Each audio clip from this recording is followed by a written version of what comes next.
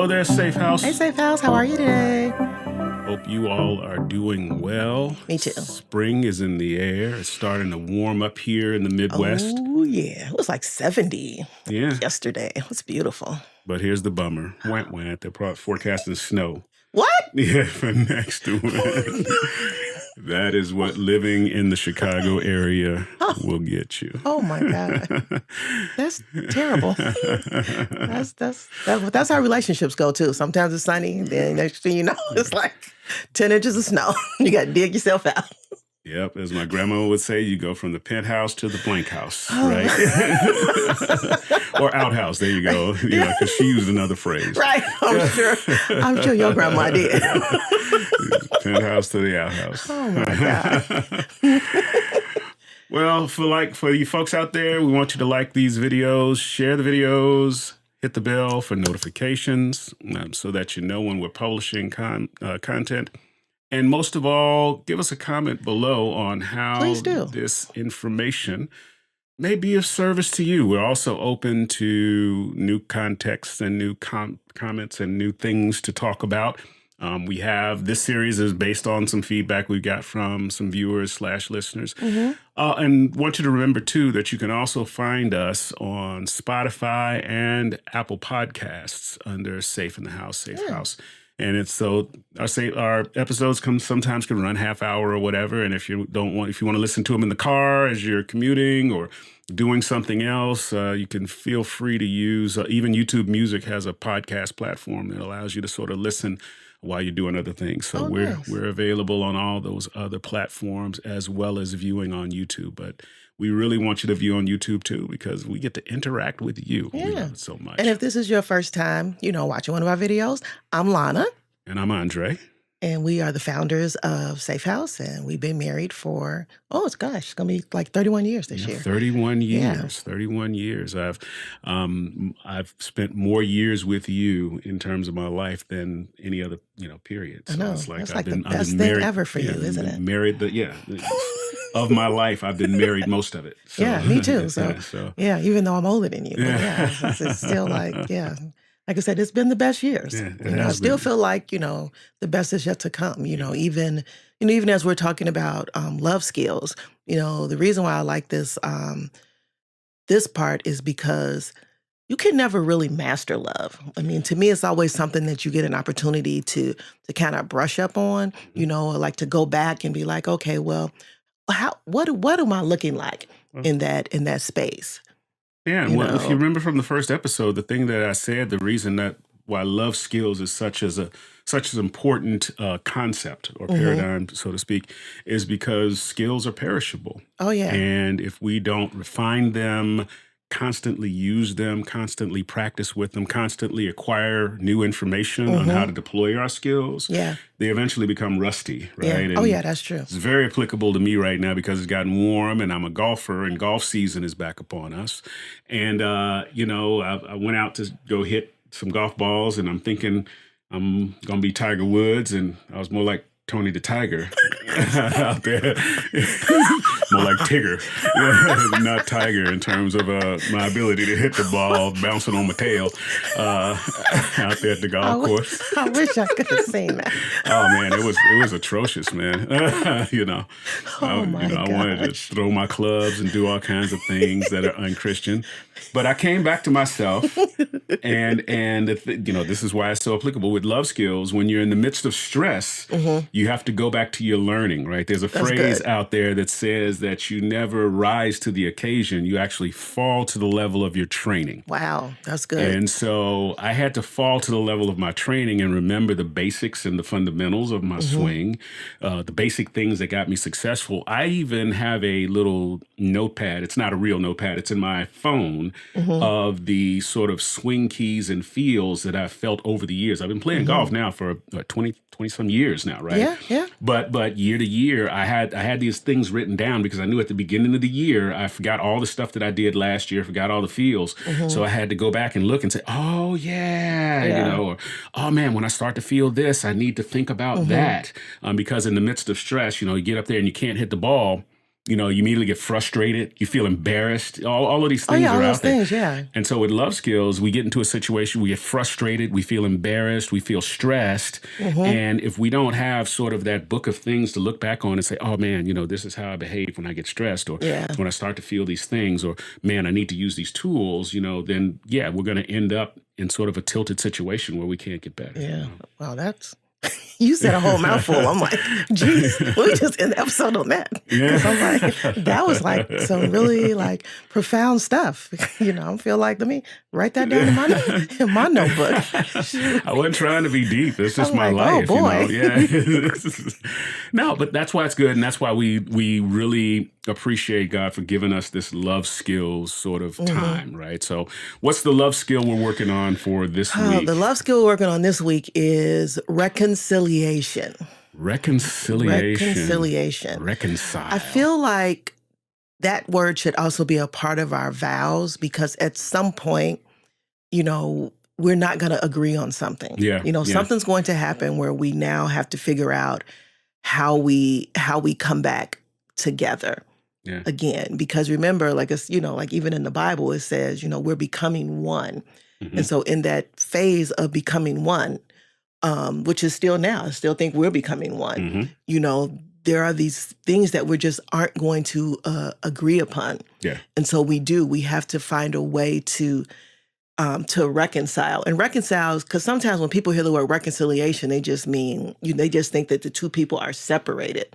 And sometimes we're separated on our thoughts. Sometimes we're separated on our emotions. So it's not just saying that we physically have to be separated in order to reconcile. Yeah. So that's what, that's the skill we want to be able to talk about today. Yeah, I think the first thing is we have to sort of deconstruct reconciliation, like you mentioned, so that it's not just about us being physically separate, but it's any conflict that draws a wedge between us about any topic, right? About any topic, that's true. Any sort of thing that creates a sort of divergent view of things, right? You have one view, I have another view. Reconciliation is not necessarily the actual act of bringing those things together, but the process of bringing those things together. It's the process. I like that. The willingness of both parties. Because what you said about the vows, it's like, okay, we say, for those that took traditional vows, love, honor, obey, it should also be in there, love, honor, obey, reconcile. Yeah. Because we often think reconciliation is sort of like something we start to think of after we have a conflict. Right. When really we need to build reconciliation mindset into our thinking before the conflict happens, so that when the conflict occurs, we're able to lean on that love skill, that tool of reconciliation, and we already have a mindset once the conflict has happened. We're going to resolve this somehow because I'm of a reconciliation mindset. So then after the conflict has occurred, now your mindset is, okay, how do we come back together after this? How do we do that? Versus, okay, you didn't get my point, I didn't get your point, so now we got to just keep getting each other until one of us gives in. Right, and we've done that before. Oh yeah. We're not absolving ourselves from that. You don't stay married for 31 years and not play the tit for tat game.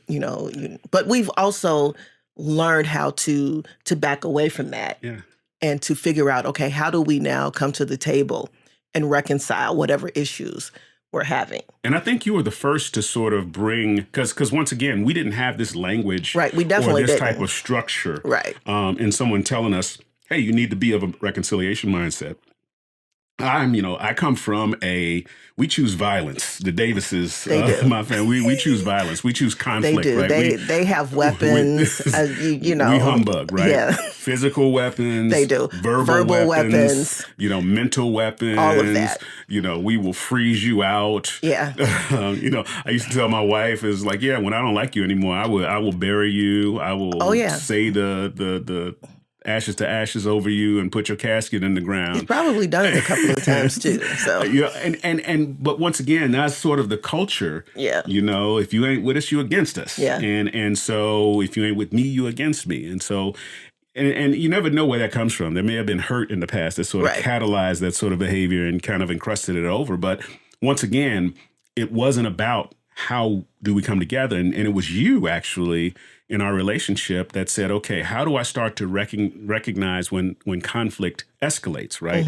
And that's a reconciliation behavior because it's like, okay, I want to prevent the conflict from escalating, you know, so that it doesn't go beyond repair, right?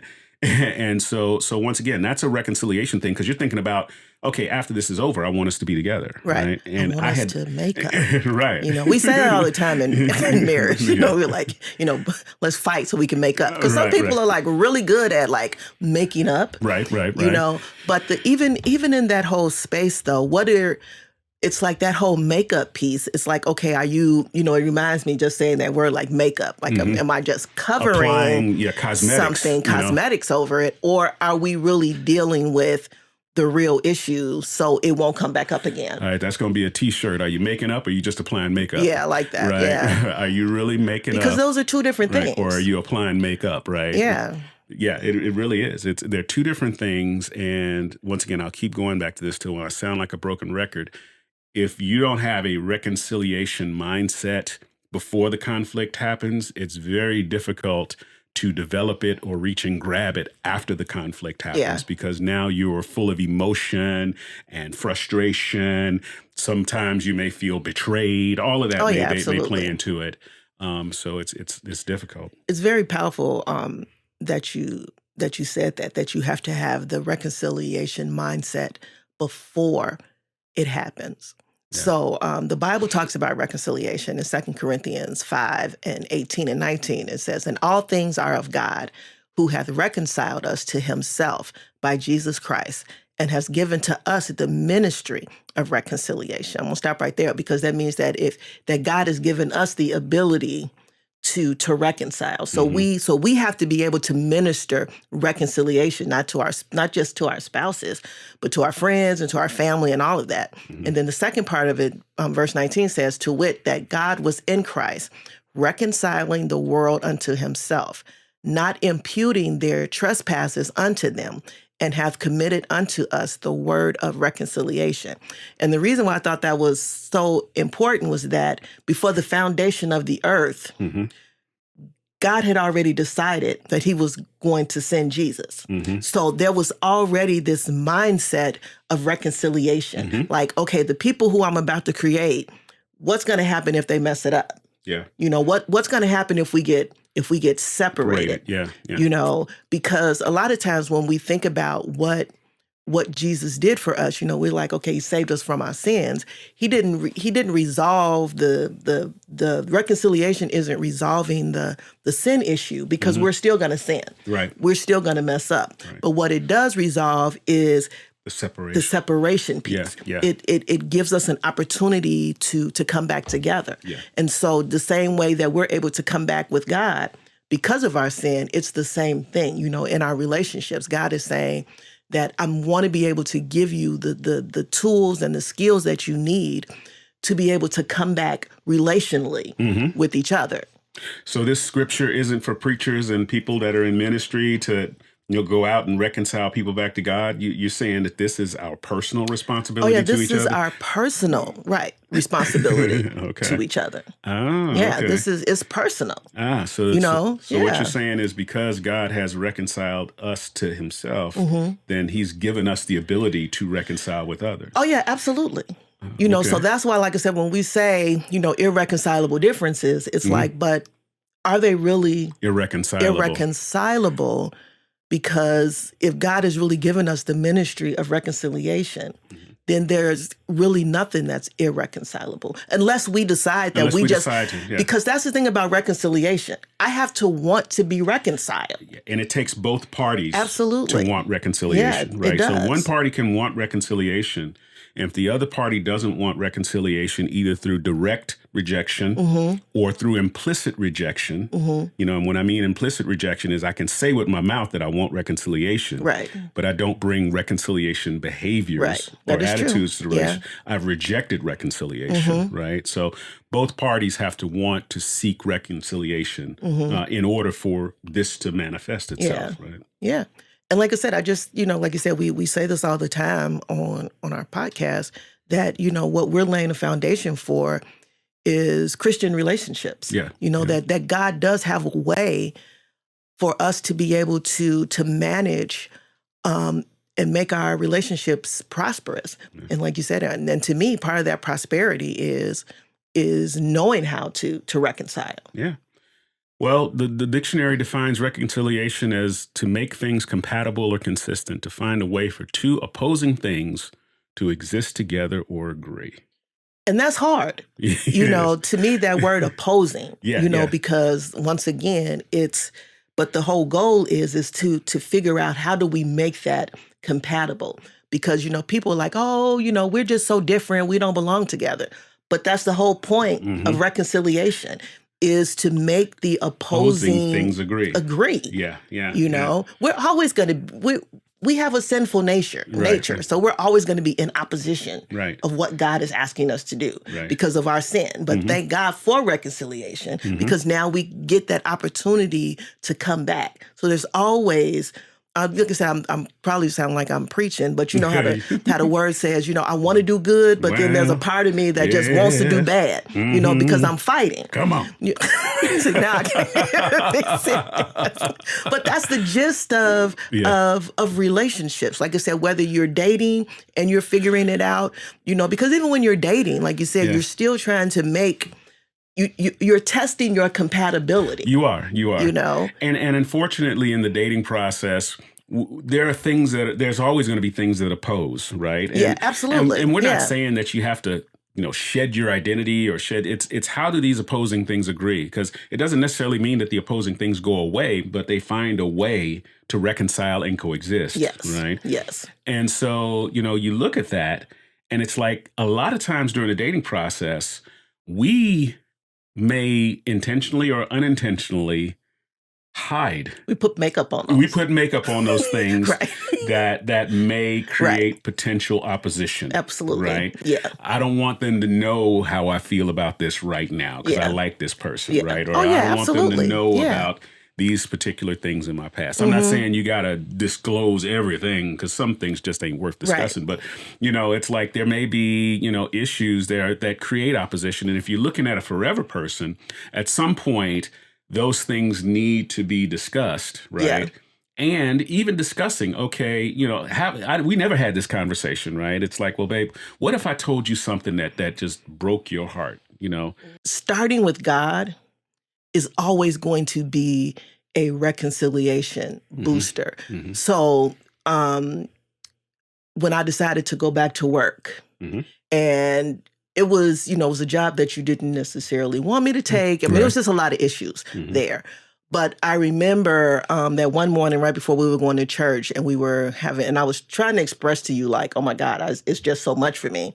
And so then, I'm only sharing this story because you said, what if I said something to you that breaks your heart? And so what you said to me was, you said, well, I saw you drowning and I was just going to let you drown. And that broke my heart. I was like, this man sees that you're my husband and you see that I'm drowning and you're just gonna leave me to die because and then you weren't even sorry. Right.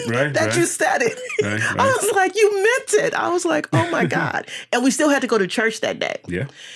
And so what I love about God is that, like I said, I happened to be able to talk to one of the pastors at our church, Pastor K.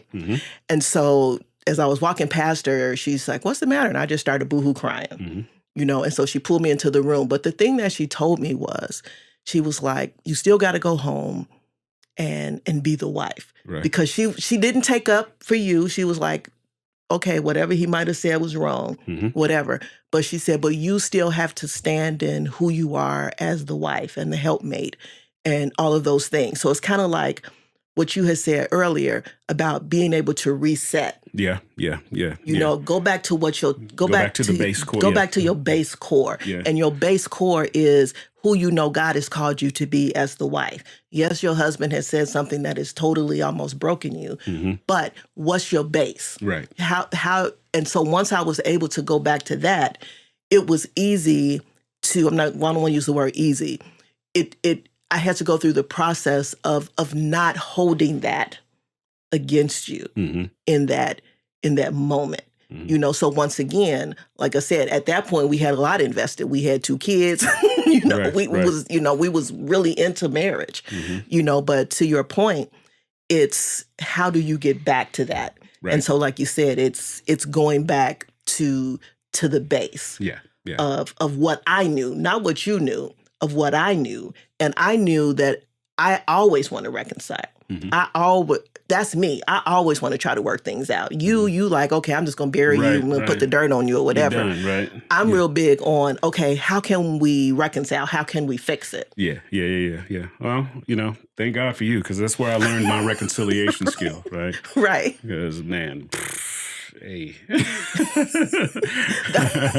Hey. I say it all the time. It's the grace It is of the grace God of God. that we are absolutely is. still here, smiling, having fun, still in love, all of those things. But like you said, now that we're talking about this whole concept of having a mindset of reconciliation, we have had to do that numerous times, just so we could be sitting here and having this conversation. That's probably the thing that people don't talk about a lot, like all of the reconciliation that they had to do. Yeah, that we had to learn it the hard way. Right. Yeah, we had to learn it the hard way. The hard way, right? Yeah. And so we've talked a lot about ourselves, which I think is good.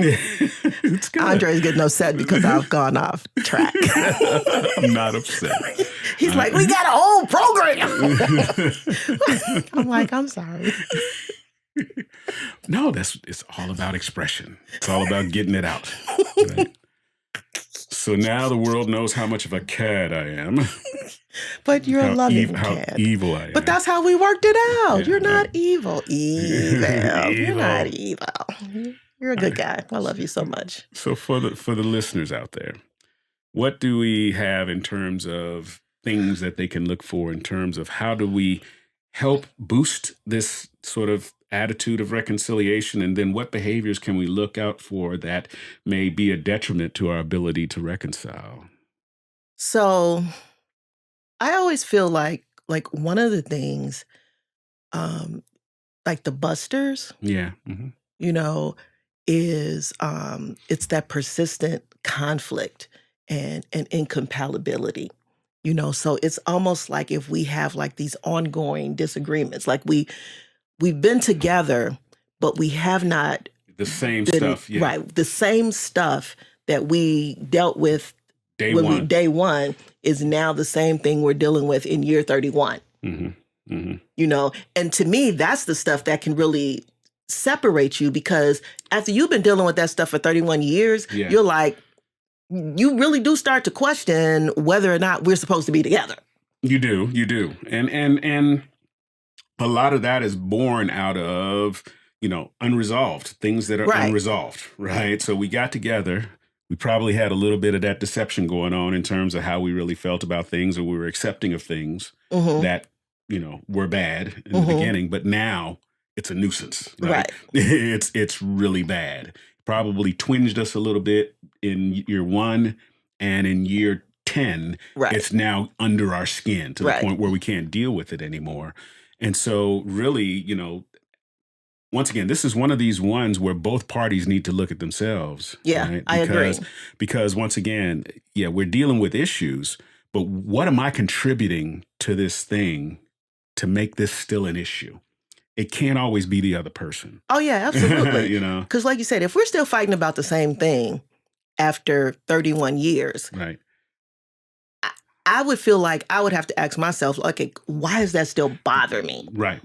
Why does it still bother me? Why do I still generate this person out of this behavior, right? Because the first thing we'll say is, this person is crazy, or this person got a problem, whatever. It's like, that may be, but there's a part of you that knows how to gin that up. Yeah. That is true. There's Stir it up. something in you who knows how to true. press the right button to get them to convert to the Incredible Hulk. Yeah.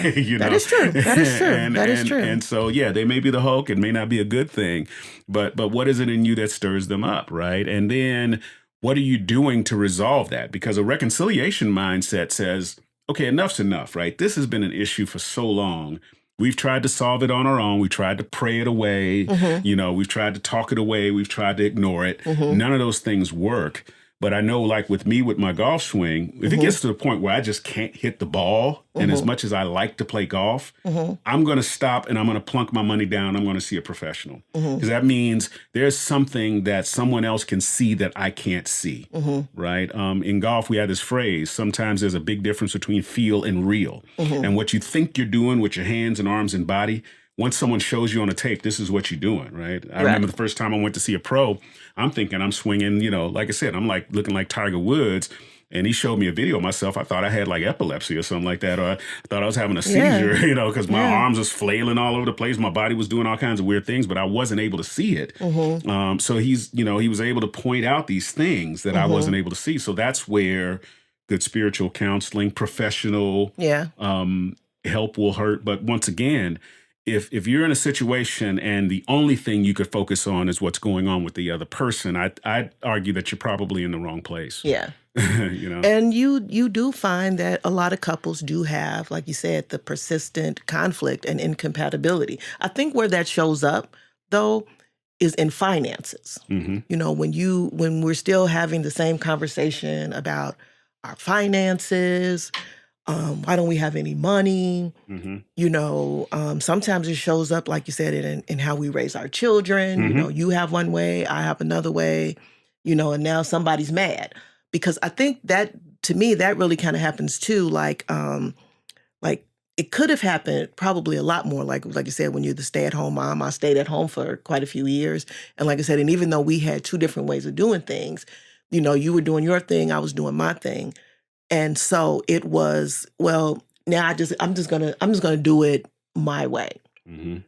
So to me, sometimes that even that can kind of create a wall of separation because we're not really we're not coming together on how we want to do it together.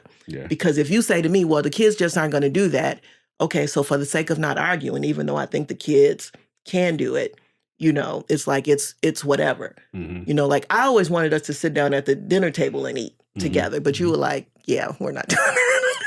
It's not that I said no to it. It just, once again, it's you're right. It was never a priority, right? And part of that was, once again, I'm not saying that this was right. It's my rearing, right? It's like we didn't sit down and eat dinner like that. Exactly. So I didn't see the importance of it, right? And that's a good point. Like you said, if you don't see the importance in it, because sometimes that's what a conflict comes in because it's not, you don't see the importance of it. Yeah. Well, I think having the conversation to understand that, and I think once again, being able to discuss it before, because you had an expectation and I had a lack of expectation, right? It's like, okay, you're like, okay, I'd like to do this. I'm like, that's not a priority. But we never had the place of saying, okay, what's the middle ground on that? Right. How do we come together on that? And why do you feel it's not important? Why do you feel it's important, right? And I think, unfortunately, what happens is we get more into, well, he just don't want to be a good this, or she just don't want to, or she be an extra, or whatever. That's true. We start to place the judgments on, right? Because my way is the standard way, and their way of thinking is wrong. It's like, well, no, you got opposing opinions that have not been reconciled. So if that's the buster, what do you think could help us come together to kind of boost that space? Well, one of the topics here, I think dealing with the root issue. Yeah, yeah, that's good. Yeah. A lot of times we look at the surface thing and we don't necessarily deal with the rooted thing. So it's like, okay, the root of, okay, why do we want to get together and eat as a family? Is that an image that you have of what a good family should do, or is it something that your family did that you want to repeat, or do you believe there's some family thing that we get out of this, right? Yeah. And then what's the root issue of me not wanting to do it, right? It's like, okay, why do you feel it's not important? It's like, well, why do you feel whatever, right? Rather than assuming my way is right and their way is wrong and they just won't change. Yeah. How do we deal with the root issues of how we believe and then somehow come together on some new belief system for our situation? Yeah, I like that. Like you said, it's being able to have that space where you can have, it's also that open and honest communication to get to the root issue. Because, like, to your point, like I said, being able to sit down, it's so funny because our parents didn't necessarily sit down with us, Mm-hmm. but they did make us all sit together. Mm-hmm. And I guess, I probably could have done that. I think in my mind, maybe because in my mind, I would have wished that my parents had sat down Mm-hmm. to dinner Yeah. with us, Mm-hmm. and so trying to create that. And like I said, even though it didn't work, Mm-hmm. it's, but you also see how that can dwindle down into the separation piece. Yeah. Because now, like I said, everybody goes their own separate ways Right. when we eat. Right. Because once again, we didn't create an environment of where we all now kind of sit Mm-hmm. and eat together. Yeah. But like I said, I do agree that that's a big booster. Like I said, addressing the root issue, because once again, the surface level stuff never fixes it. It doesn't. It's like you said, it's like just putting a, like you said, the makeup over it. Mm-hmm. That was my one thing. Like I said, when we were, when I was telling God about being married, I'm like, I don't want to be married for 25 plus years and just be roommates with my spouse, because once again, that's not reconciliation. We're separated. Right. We just happen just to be. Yeah, we're just cohabitating. Yeah, we're just cohabitating, and I didn't want that. So, like I said, we have talked a lot about ourselves, which I am happy about. Andre probably is like, wah, wah. But so I say that we make it a part 2, and we get a chance to talk about it again, and we kind of just introduce a lot more of the boosters and the busters for reconciliation. Right. All right, I'm cool with that. Well, we hope you enjoy the episode. Remember to like, share, and subscribe. Hit the bell for notifications when we publish content.